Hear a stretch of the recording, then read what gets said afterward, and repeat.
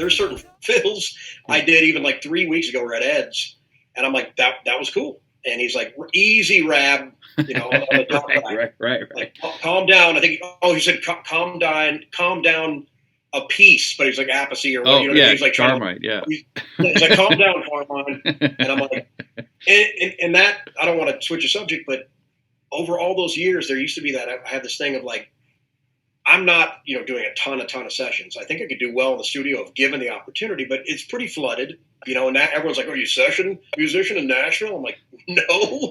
Everyone who's a session musician is just not working. It's like, they're like, I do sessions. Okay. Yeah. My books, let me check my calendar. It's empty, but I'm in demand. Yeah. You know what I mean? Right. So, I'm not calling anybody out, by the way, but no, it's all good. I mean, I'm the first to just be transparent with this stuff and going, every day I'm learning, and to have Ed, lead singer of Collective Soul, who I do consider like a brother, but sometimes he'll come back on the talk back, and I'm not bummed about it. That's a rule I've kind of developed. I remember one time, young age, you do that, and this is really young, maybe 15, where my drum teacher, or I guess the producer at the time, for one of those Battle of the Band things, was like, do it again. And I'm like, well, I did it. I did it how you said it. You got to get rid of that right. Kid attitude and be willing to take whatever, right? Yeah. It really is. You got to call the crowd. In the young days, when I was leading the band, when I was 16, 17 years old, playing these different wedding bands, we'd go out there and wedding was there. They'd come in. At that time, we would play a cha-cha. Yeah. And we'd play boom, bam, bam. Yeah. And we're playing this cha-cha, and the band is grooving. No one's dancing. Right. For me, it was the shortest cha-cha on record. Right. Da-da-da, move on. That was it. Then we went to a ballad. We played a ballad. Everybody got up and danced. This was a ballad crowd. Right. So you learn how to bend with everyone, even in every conversation. And that's an important part of what I feel is my business plan in being a chameleon and being able to adapt. That's an important part, especially in the business plan of today. Absolutely. Be flexible. Everything is in D in India. It's like I've heard D for like 5 weeks straight. I'm like, because a lot of the temporas are D, or they might maybe E flat. Or once usually for the night, once you set what the route's going to be, it stays for the rest of the night. Right. Exactly. But to get to I think your bigger point is how do you stay calm under pressure? Yeah.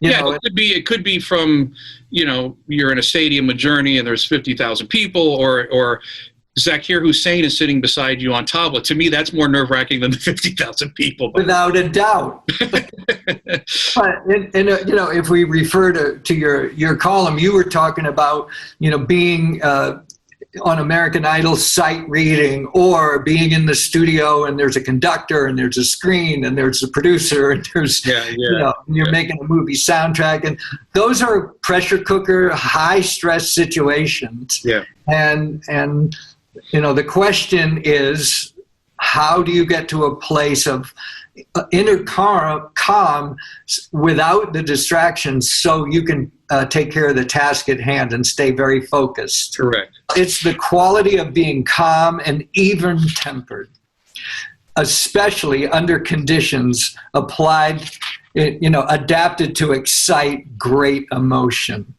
So it's a steadiness of mind under pressure. Right.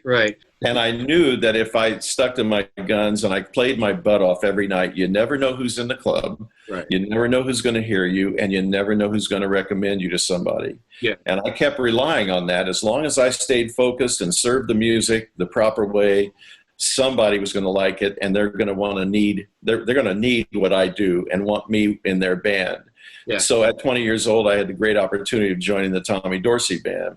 9 months later, Lionel Hampton had heard about me. So I joined Lionel Hampton. Well, he laid the band off after 3 months because he was doing a show on Broadway and I wasn't in the New York local. So I go back to Richmond, Indiana at 21 years old thinking, well, that was a heck of a career. It's fun while it lasted. And drove to Bloomington to talk with John Clayton, who was still in school. And I said, so what am I going to do? Is that it? And he says, don't worry, man. You play too well. Something's going to happen.